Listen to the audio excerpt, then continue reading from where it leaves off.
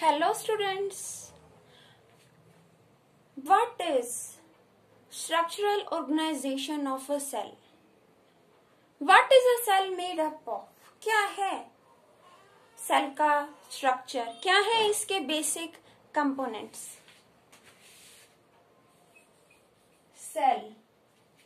There are three basic parts of a cell. Basic parts of a cell.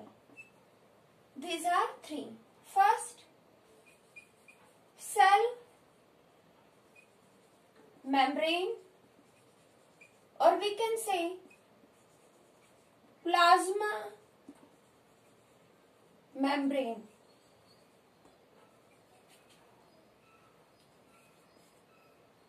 Then nucleus and cytoplasm. These are the three basic parts of a cell. Okay, beta? This is cell.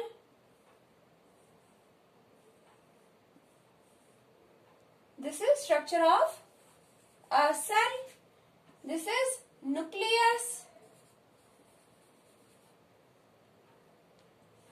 cytoplasm,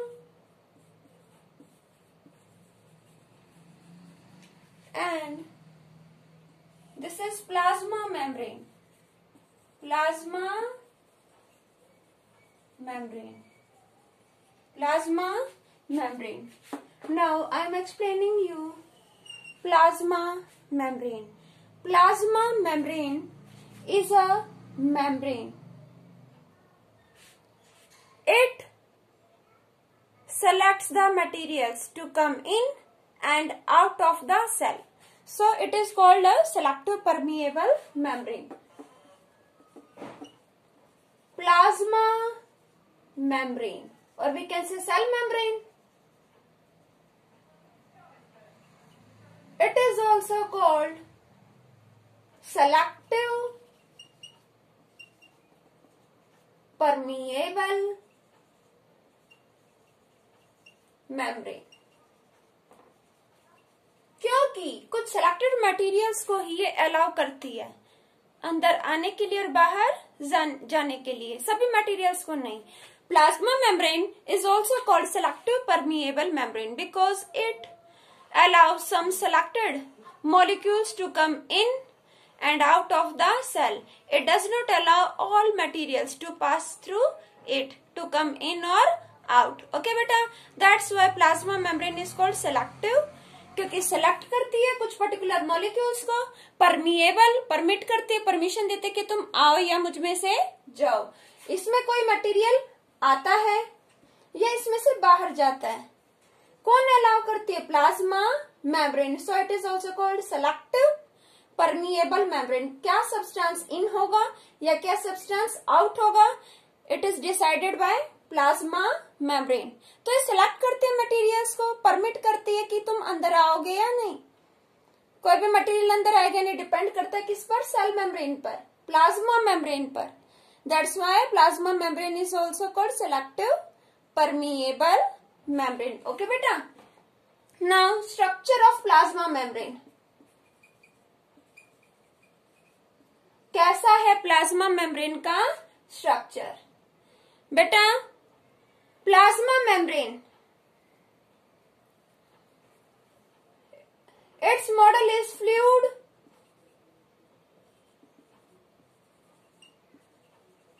mosaic model. Okay beta, it is, the structure is given by Singer and Nicholson. Singer and Nicholson. Singer and Nicholson. It is given by Singer and Nicholson. Now its structure is,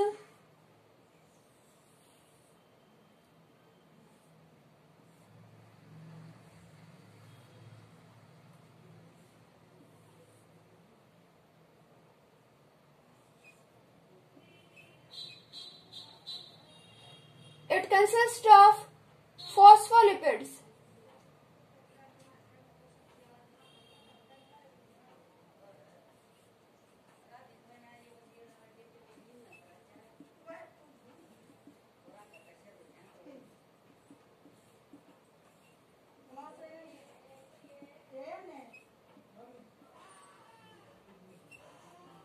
Okay, beta.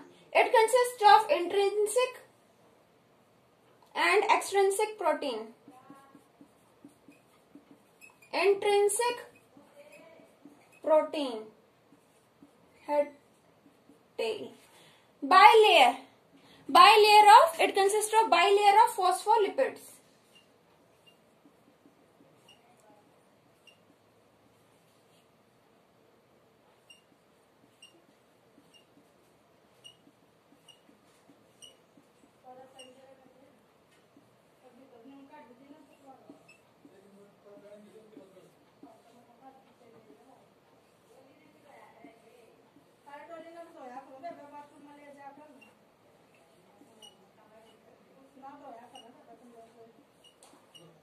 It consists of bilayer. Bi means two. Layer of phospholipids. Fluid mosaic model. It is given by Singer and Nicholson. This model is about structure of plasma membrane. We can see this complex structure only by using electron microscope. Okay.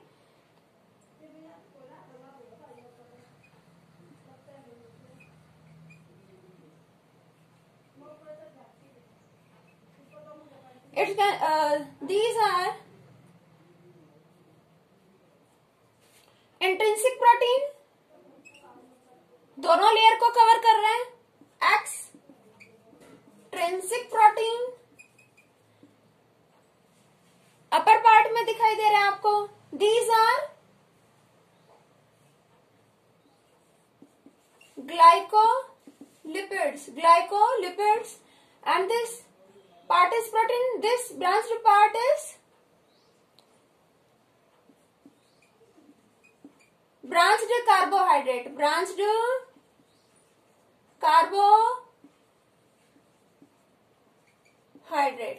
ये क्या? Branched carbohydrate of protein. Okay बेटा. There are two layers of phospholipids. Bi means two. One layer, upper layer, and this is lower layer of phospholipids. Plasma membrane.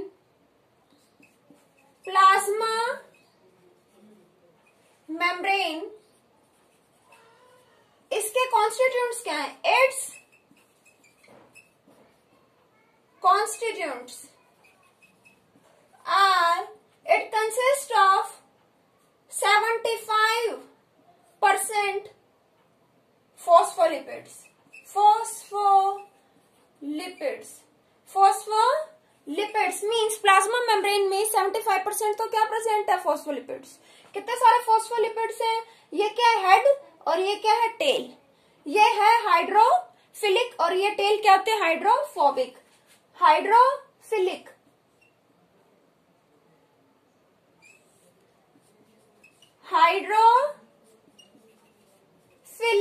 Head कैसा है? Hydrophilic means water की ओर जाता है ना, attract करता है. Phobic उससे दूर रहती है. Hydrophilic head of phospholipid. And next ये टेल पार्ट क्या है? It is hydrophilic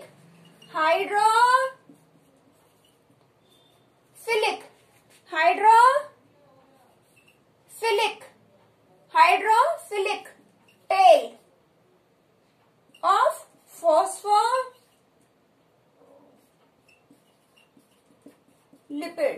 Plasma membrane consists of 75% of phospholipids and it consists of, ये क्या consist करती है? polysaccharides, proteins. Okay बेटा, it mainly consists of polysaccharides, proteins, glycolipids,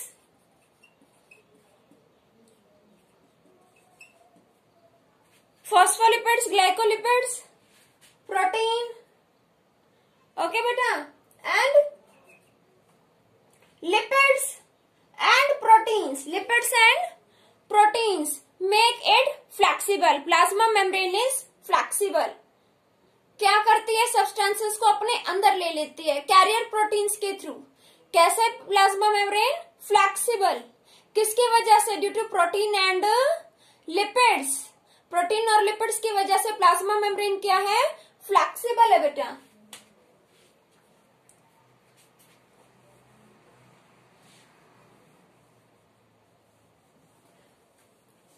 It performs many important physical activities like it performs physical activities like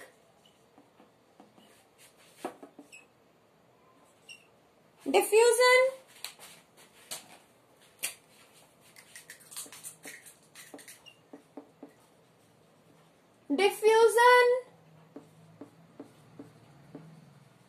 osmosis, mediate transport,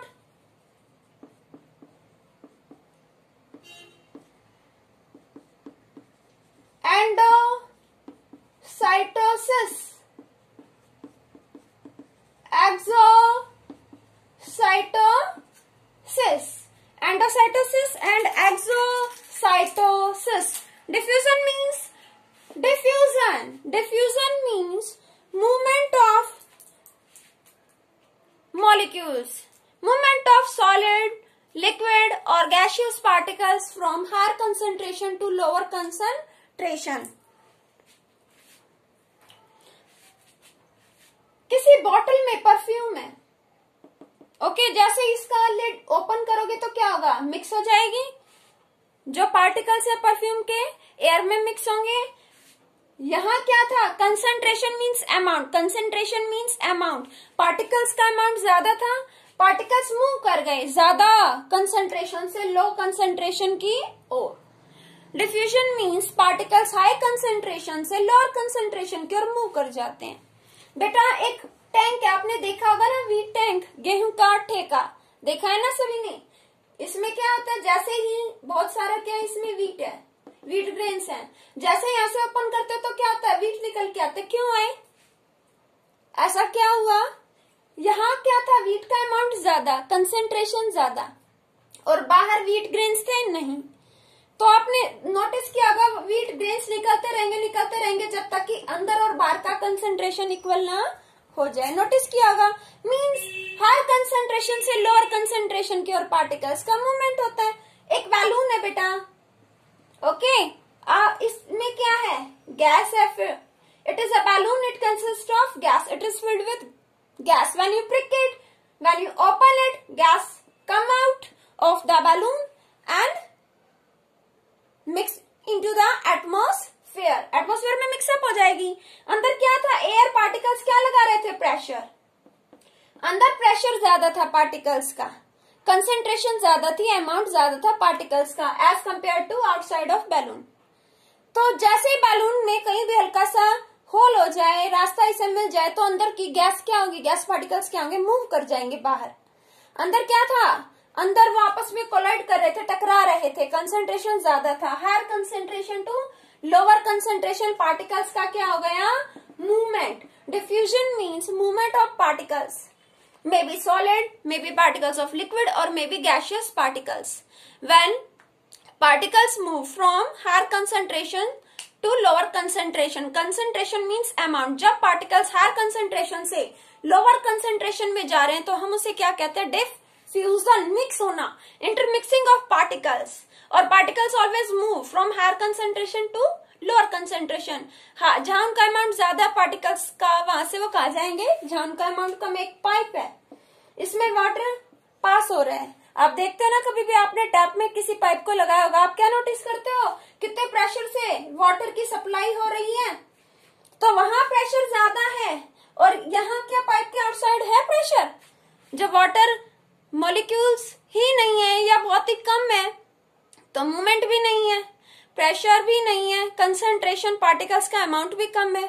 अंदर जहां particles का amount ज्यादा है तो particles always move to region of lower concentration, always particles move from higher concentration to lower concentration, और इसमें हमें कोई एनर्जी भी लगानी नहीं पड़ती। डिफ्यूजन प्रोसेस में हमें एनर्जी नहीं लगानी पड़ती। परफ्यूम ओपन करते हो तुरंत, खाना पक रहा है, पार्टिकल्स मूव कर जाएंगे, वहां पार्टिकल्स का अमाउंट ज्यादा हो गया, कहाँ मूव कर जाएंगे? जहां पर पार्टिकल्स नहीं है। एयर है, गर्म हो गई, वो भी क्या करेगी? एक प्लेस से दूसरे प्लेस पर चली जाएगी, चली जाते ना, मूव कर जाते। तो कोई भी सब्सटेंस है, मे बी सॉलिड और मे बी लिक्विड और मे बी गैसियस, तो पार्टिकल्स क्या करते हैं? जहां पर उनका अमाउंट ज्यादा है वहां से वो क्या करेंगी? लीव कर जाएंगी, दूसरे प्लेस पर चले जाएंगे जहां पर क्या पार्टिकल्स का अमाउंट कम है। ओके, और इसमें जो है एनर्जी की भी रिक्वायरमेंट नहीं होगी। ओके बेटा, diffusion means transfer of solid, liquid or gaseous particles from a region means जगह, from a region of higher concentration to lower concentration. Diffusion, movement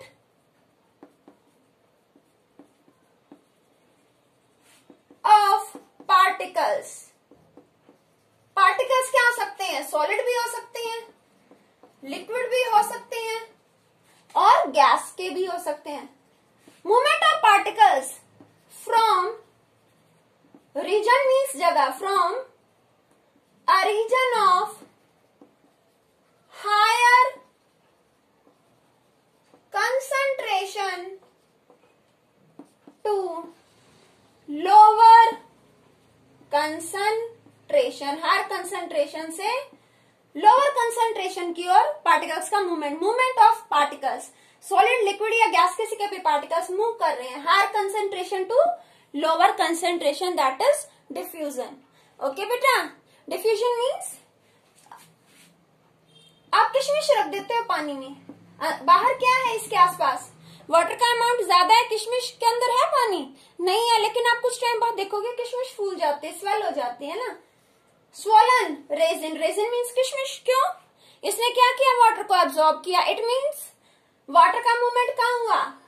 movement बाहर से अंदर की ओर हुआ, तो अंदर से बाहर की ओर भी, लेकिन वो बहुत ही कम है। अंदर से अंदर की ओर, बाहर से अंदर की ओर क्या होगा? वाटर मॉलिक्यूल्स मूव करेंगे, क्योंकि बाहर वाटर मॉलिक्यूल्स क्या है? ज्यादा, और अंदर क्या है? कम। ओके, ये सॉलिड, लिक्विड, गैस सभी में होता है diffusion process. Then next is osmosis. Osmosis is special case of diffusion. Osmosis, it is special case of diffusion. Diffusion का एक special case है। Diffusion occurs in solid, liquid, gas, सभी में होता है diffusion। तो ओके, पार्टिकल्स का movement higher concentration to lower concentration. यहाँ पर मीडियम कुछ भी हो, मीन सॉलिड है, लिक्विड है, गैस है, वहां पार्टिकल्स का मूवमेंट हो रहा है, कोई मैटर नहीं करता, मीडियम कुछ भी हो। और डिफ्यूजिंग पार्टिकल्स, जो पार्टिकल डिफ्यूज हो रहे हैं वो भी चाहे सॉलिड हो, लिक्विड हो, गैस हो, उससे कोई फर्क नहीं पड़ता। डिफ्यूजन में सॉलिड, लिक्विड, गैस किसी भी टाइप के पार्टिकल्स जो है मूव करते हैं। और ये अगर मीडियम में कुछ और अदर सब्सटेंस भी हैं जिसको हम डिस्कस कर रहे हैं, उसके अलावा अगर कुछ और सब्सटेंस भी प्रेजेंट है तो उनका इसके ऊपर इफेक्ट नहीं पड़ता इन डिफ्यूजन प्रोसेस। और इस डिफ्यूजन प्रोसेस में एनर्जी की रिक्वायरमेंट भी नहीं होती, स्मूथ मूवमेंट होता है, पार्टिकल्स मूव कर जाते हैं सॉलिड, लिक्विड, गैस के higher concentration to lower concentration. The next is osmosis. ये डिफ्यूजन का एक केस है बेटा। इट अकर्स इन लिक्विड्स, किस में होता है? लिक्विड सेल्स में होता है। ये कहां पर होता है? Osmosis in cells. Osmosis means movement of water molecules, movement होगा बट किसका? सॉल्वेंट मॉलिक्यूल्स का, लिक्विड का movement, movement of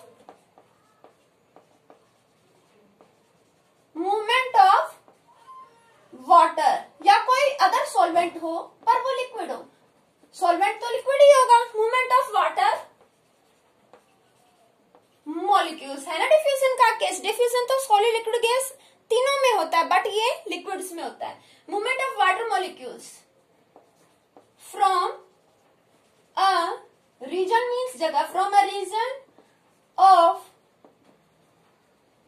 higher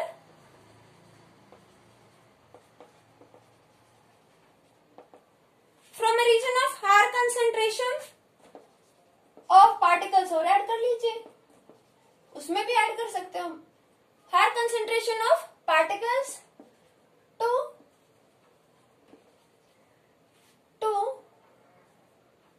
reason of lower concentration, higher concentration से लोअर कंसेंट्रेशन की ओर पार्टिकल्स का मूवमेंट। कैसे particles? Water particles, liquid particles, solvent particles, liquids में होता है। It takes place in sales. बेटा यहाँ कहीं मैंने बताया प्लाज्मा मेम्ब्रेन की नीड है, सेल मेम्ब्रेन की नीड है? नो। डिफ्यूजन तो सभी में होता है, कहीं भी होता रहता है, लेकिन ऑस्मोसिस की बात करें ये सेल्स में होता है। किस में होता है? इन सेल्स। सेल्स में क्या होते हैं मैंने आपको बताई थी? Plasma membrane, plasma membrane. और मैंने आपको इसकी एक खास बात बताई थी कि कुछ सिलेक्टेड मटेरियल्स को ही अपने में से पास होने देते हैं, अपने में से आने देते हैं, या फिर एग्जिट करती है, बाहर निकालते हैं। So it is selective permeable membrane. ये क्या है? Selective permeable membrane. बेटा इसमें डिफ्यूजन में कहीं भी सेलेक्टिव परमिएबल मेम्ब्रेन की रिक्वायरमेंट नहीं है। There is no need of selective permeable membrane, but there is need of selective permeable membrane. Osmosis takes place through selective permeable membrane. So selective permeable membrane is needed in case of osmosis. Osmosis में selective permeable membrane की जरूरत होती है। Okay, अब इसको कैसे समझें? क्या है ये osmosis? अभी बताते हैं। क्या होगा अगर किसी प्लांट या एनिमल सेल को किसी सॉल्ट या शुगर सॉल्यूशन में ऐड कर दिया जाए तो क्या होगा? मे बी सेल स्वेल और मे बी श्रिंक और मे बी रिमेन सेम। हो सकता है सेल सेम रहे या सेल श्रिंक हो जाए, या फिर क्या करे? सेल सेम रहे। When a plant or animal cell is dipped in a salt or sugar solution, किसी सॉल्ट या शुगर सॉल्यूशन में अगर हम क्या करें? प्लांट एनिमल सेल को डाल दे तो क्या होगा? 3 possibilities are there, 3 possibilities are there. Okay बेटा, 3 पॉसिबिलिटीज होंगी इस केस में। May be cell shrink, may be cell remain same, may be cell swell. There are 3 cases when a cell is dipped in a salt or sugar solution. If first case, cell will swell, हो सकता है cell फूल जाए। दूसरी possibility, cell will stay same, cell same रहे। और next हो सकता है सेल विल श्रिंक। क्या हो जाए? सेल श्रिंक हो जाए। श्रिंक मीन्स सिकुड़ना, श्रिंक मीन्स सिकुड़ना, सेल श्रिंक हो जाए। कब होगा? If concentration of water molecules, if concentration of water molecules outside the cell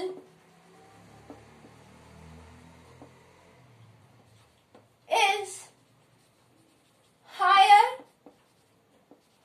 than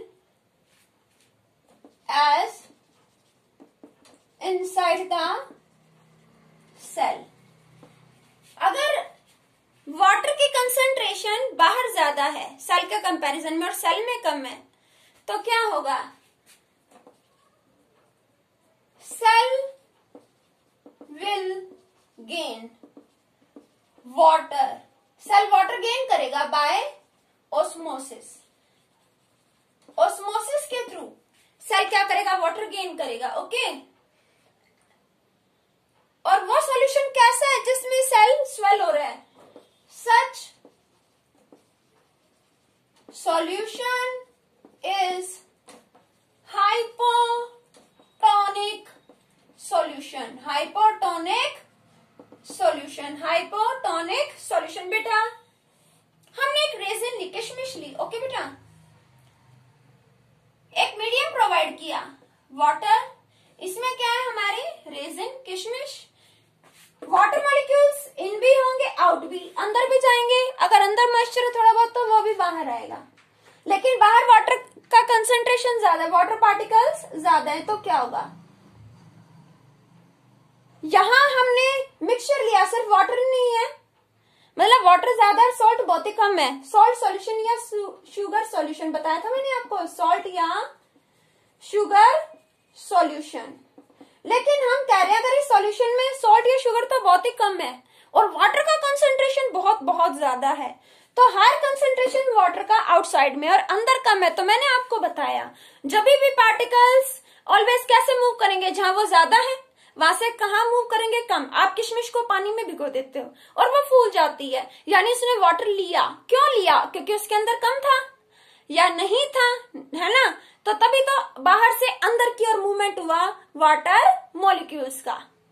तो क्या किया? किशमिश ने वाटर को ले लिया, एब्जॉर्ब कर लिया। तो ये कह रहा है कि जब कंसंट्रेशन वाटर मॉलिक्यूल्स का बाहर सेल से बाहर हायर है, ज्यादा है, तो क्या होगा? सेल गेन कर लेगा वाटर, गेन करेगा वाटर, एब्जॉर्ब करेगा और क्या होगा? स्वेल।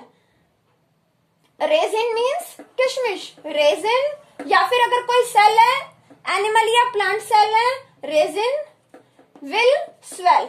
बेटा यहाँ हम सेल भी ले सकते थे बट सेल तो विजिबल नहीं है, तो आप किशमिश से समझ सकते हो। आप जितने भी ग्रेन्स हैं आप उन्हें वाटर में रखते हो, है ना, वो कैसे फूल जाते हैं। राजमा छोले देखते ही हो, तो वो क्या करते हैं? वाटर एब्जॉर्ब करते हैं। उनके अंदर वाटर नहीं है और सराउंडिंग्स में है, मतलब पानी में रख रहे हो तो उनके चारों ओर पानी ज्यादा है, तो वाटर मूव करेगा जहां ज्यादा है वहां से, जहां नहीं है या जहां बहुत कम है वहां की ओर। ओके, तो ऐसा सॉल्यूशन जो किसी सेल को या किसी किशमिश को क्या कर रहा है?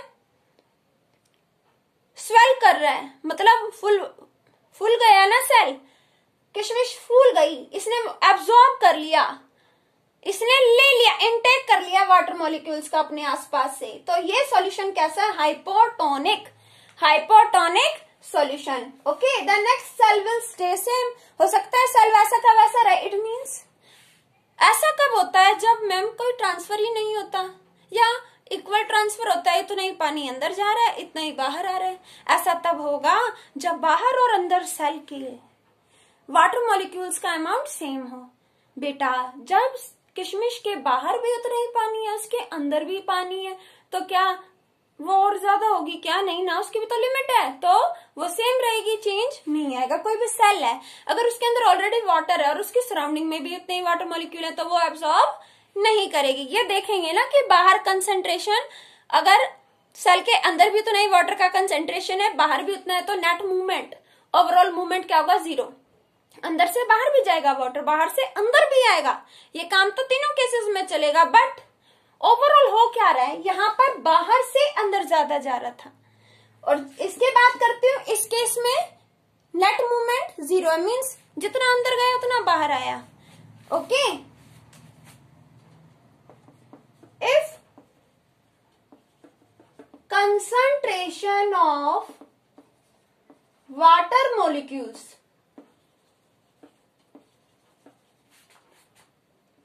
outside the cell is same as inside the cell. अगर वाटर मॉलिक्यूल्स का कंसंट्रेशन बाहर भी उतना है जितना कि अंदर है, net there will be no net movement of water molecules. ऐसे में वाटर मॉलिक्यूल्स का नेट मूवमेंट क्या होगा? नहीं होगा. मीन्स ये वाटर है और इसमें कोई सेल है. ओके बेटा, अंदर भी वाटर आ रहा है, बाहर भी जा रहा है. जितना कंसेंट्रेशन वाटर मॉलिक्यूल्स का बाहर है उतना ही अंदर है, तो इतना ही गया इतना ही आया, कोई चेंज ही नहीं हुआ. तो cell remain same, cell stay same, cell same रहेगा. सेल क्या रहेगा बेटा?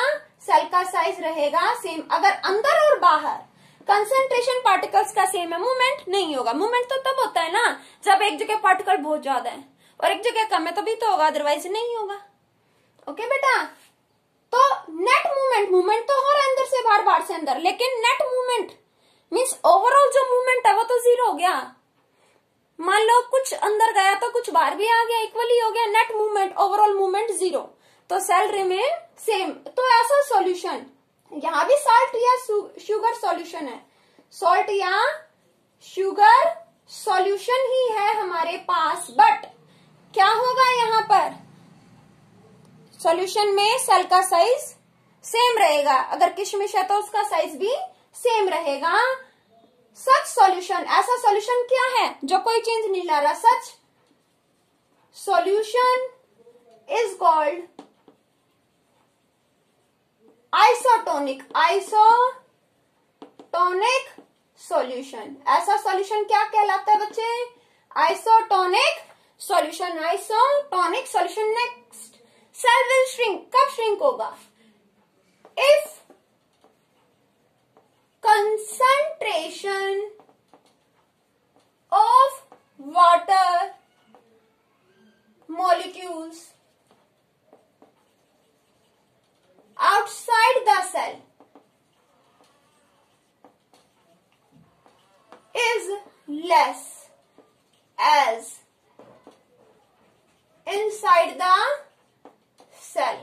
Means water molecules का concentration जो है क्या है? बाहर कम है एज इनसाइड द सेल, और अंदर ज्यादा. कंसंट्रेशन अमाउंट, वाटर मॉलिक्यूल्स का अमाउंट बाहर ज्यादा है और अंदर क्या है? कम. तो क्या होगा? Cell will shrink. सेल क्या होगा? सिकुड़ जाएगा. सेल विल श्रिंक, सेल सिकुड़ जाएगा. वो सॉल्यूशन जिसमें सेल श्रिंक हो रहा है या किशमिश श्रिंक हो रही है, सच सॉल्यूशन. इस तरह का सच मीन्स इस तरह का सच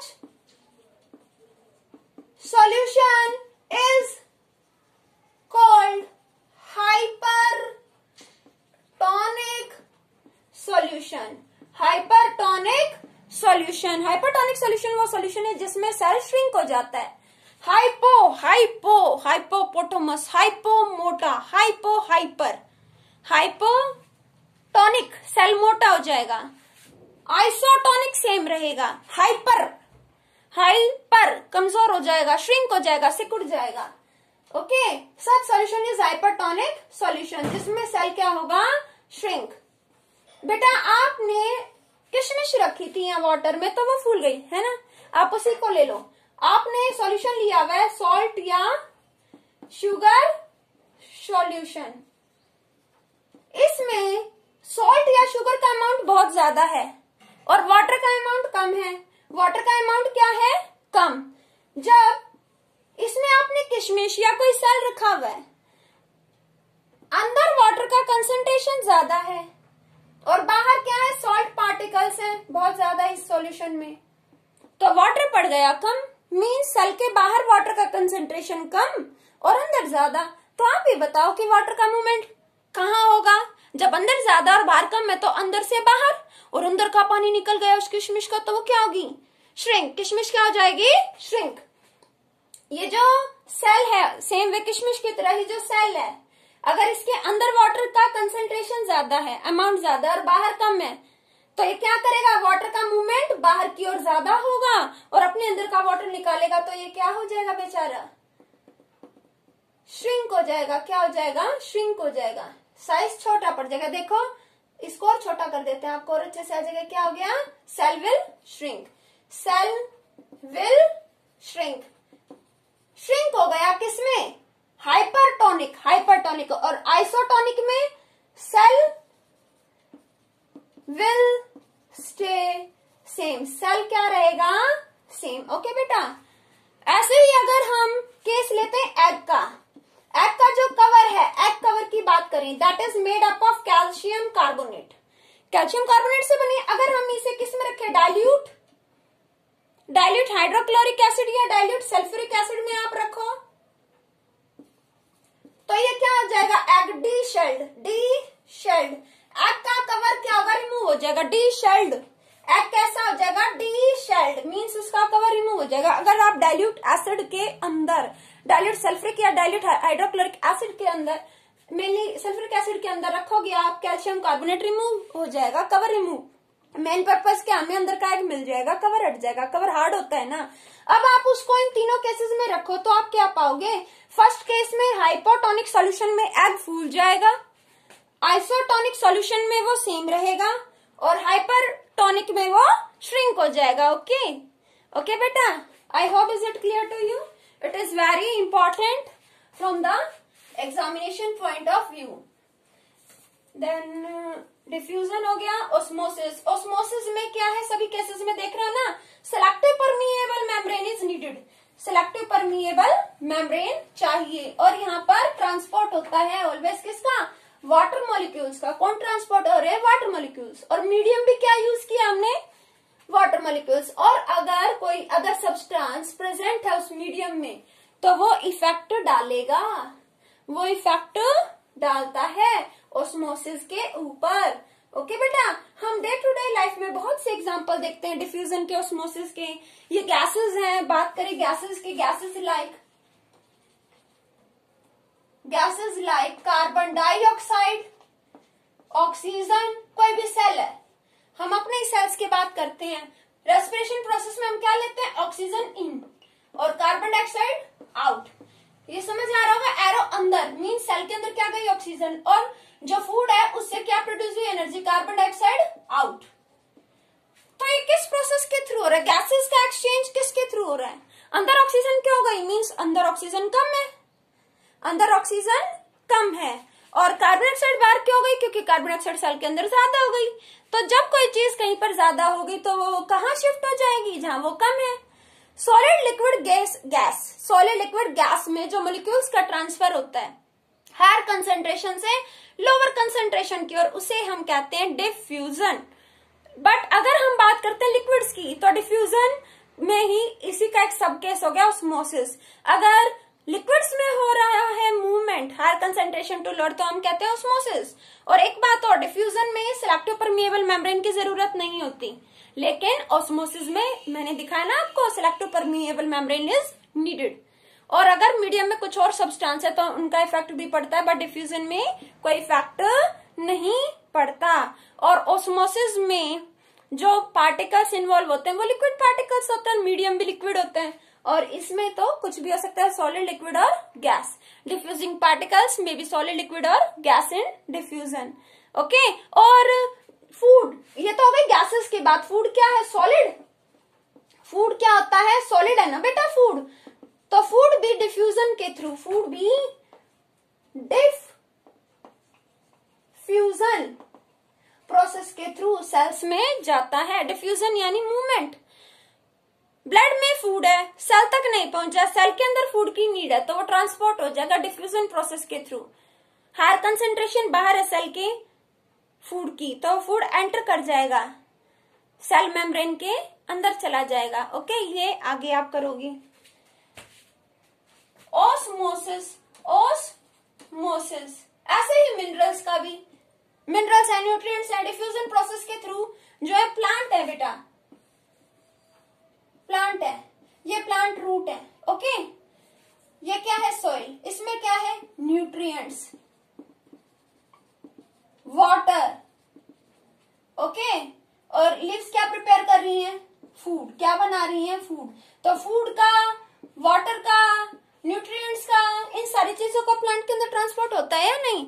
तो जब वाटर की बात कर रही है पर्टिकुलर, तो हम कह सकते हैं ऑस्मोसिस प्रोसेस के थ्रू जो है वाटर ट्रांसपोर्ट हो रहा है। और जहां न्यूट्रिएंट्स और फूड की बात हो गई तो आप पर्टिकुलर टर्म दे सकते हो, by diffusion particles move from higher concentration to lower concentration. Okay बेटा, तो ये बहुत ही इंपॉर्टेंट प्रोसेस है जो हमारी डे टू डे लाइफ में होते हैं, जो आपको पता होना चाहिए। नेक्स्ट है मेडिएट ट्रांसपोर्ट। मेडिएट ट्रांसपोर्ट इसे डिटेल में आप पढ़ोगे क्लास 11th में, तो ब्रीफ में देख लेते हैं mediate transport. Mediate transport means mediate transport और we can say mediated transport. Transport जो है होगा किसका? मेडिएटेड ट्रांसपोर्ट एक एक्टिव चैनल है। ये क्या है? एक चैनल है। ये क्या है? एक तरह से चैनल है। कैसा चैनल है? Protein channel. मेडिएट ट्रांसपोर्ट के पास क्या है? ये एक प्रोटीन चैनल का काम कर रहा है। जो प्रोटीन है वो क्या कर रहे हैं? सिर्फ फ्लेक्सिबिलिटी बनाना, सिर्फ स्ट्रेंथ प्रोवाइड करना ही काम नहीं होता प्रोटीन का। प्रोटीन क्या करते हैं? यूजफुल सब्सटेंसेस को, मिनरल्स को, एमोनिया सब्सटेंसेस को, यूजफुल सब्सटेंसेस लाइक ग्लूकोज को क्या करते हैं? अलाउ करते हैं अंदर आने के लिए। मेडिएटेड ट्रांसपोर्ट में क्या होता है? ग्लूकोज मीन्स फूड, ठीक है, और वाटर मॉलिक्यूल्स का भी हो सकता है, न्यूट्रिएंट्स, इनका क्या होता है? ट्रांसपोर्ट होता है प्रोटीन चैनल्स के थ्रू। ओके, मेडिएटेड ट्रांसपोर्ट के बेटा बेसिकली 2 टाइप्स हैं। एक होता है पैसिव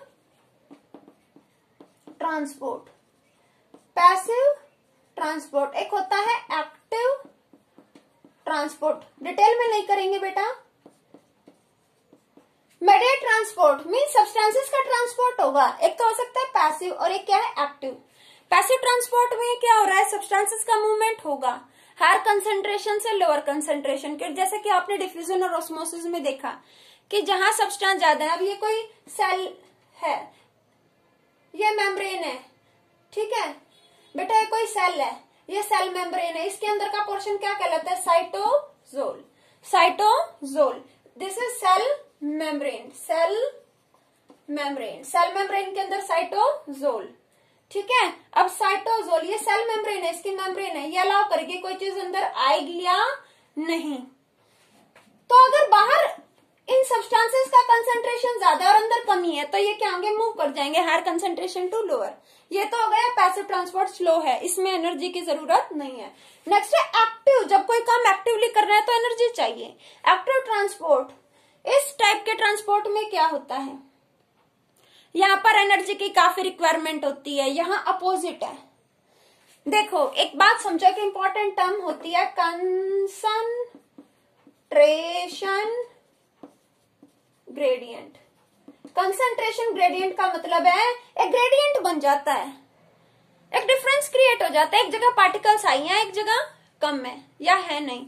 एक जगह पार्टिकल्स क्या बहुत ज्यादा है, कंसंट्रेशन ज्यादा, और एक जगह क्या है बहुत ही कम है या है ही नहीं। तो क्या होगा? डिफरेंस हो गया ना, यहाँ कंसेंट्रेशन ज्यादा, यहाँ लो। तो कंसंट्रेशन ग्रेडियंट का मतलब है पार्टिकल्स हायर कंसंट्रेशन से लोअर कंसंट्रेशन की ओर जाएंगे।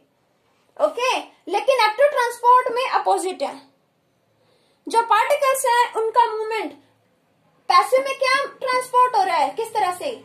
Higher concentration to lower concentration. क्या होगा? पार्टिकल्स का movement of particles, movement of particles from, समझ जाना, movement of particles from higher concentration to lower concentration. Particles का हायर कंसंट्रेशन से लोअर कंसंट्रेशन की ओर मूवमेंट। और यहां नो यूज ऑफ एनर्जी, या एनर्जी का रिक्वायरमेंट नहीं है। सिंपली एक्टिव ट्रांसपोर्ट में अपोजिट है, movement of particles, movement of particles, brief में लिख देते हो, into movement of particles to कहां पर, हायर कंसंट्रेशन, हायर कंसंट्रेशन। इसका मतलब एक्टिव ट्रांसपोर्ट का मतलब क्या, एक्टिव ट्रांसपोर्ट का मतलब है ये सेल है, ये मेम्ब्रेन है इसकी, और ये क्या है, साइटोजोल, साइटोजोल, ये क्या है, सेल मेम्ब्रेन। ओके बेटा, सेल मेम्ब्रेन, साइटोजोल। बाहर न्यूट्रिएंट्स हैं, अंदर भी न्यूट्रिएंट्स हैं, अंदर कहीं ज्यादा है बट बाहर अभी भी काम की चीज है, तो क्या करेगा ये सेल, उनको भी ले लेगा, थोड़ा सा लालच है ना। बाहर लो कंसंट्रेशन, अंदर है, तो ये थोड़ी है अपने न्यूट्रिएंट्स बाहर कर देगा, नहीं करेगा, एक्टिव ट्रांसपोर्ट होगा सेल के अंदर। इस प्रोसेस में ये थोड़ा अपोजिट नहीं हो गया अब तक जो आप पढ़ते आ रहे थे, उससे अपोजिट है, अपोजिट करवा रहे हैं ना, तो अपोजिट करवाने के लिए क्या चाहिएगी, बहुत सारी एनर्जी। जो सेल में जो भी हम फूड ले रहे हैं ऑक्सीजन से कंबाइन करके वो क्या प्रोड्यूस करे, एनर्जी। वो एनर्जी स्टोर हो जाती है किस फॉर्म में, ATP, adenosine triphosphate. Class 10th में पढ़ोगे एटीपी एडेनोसिन ट्राई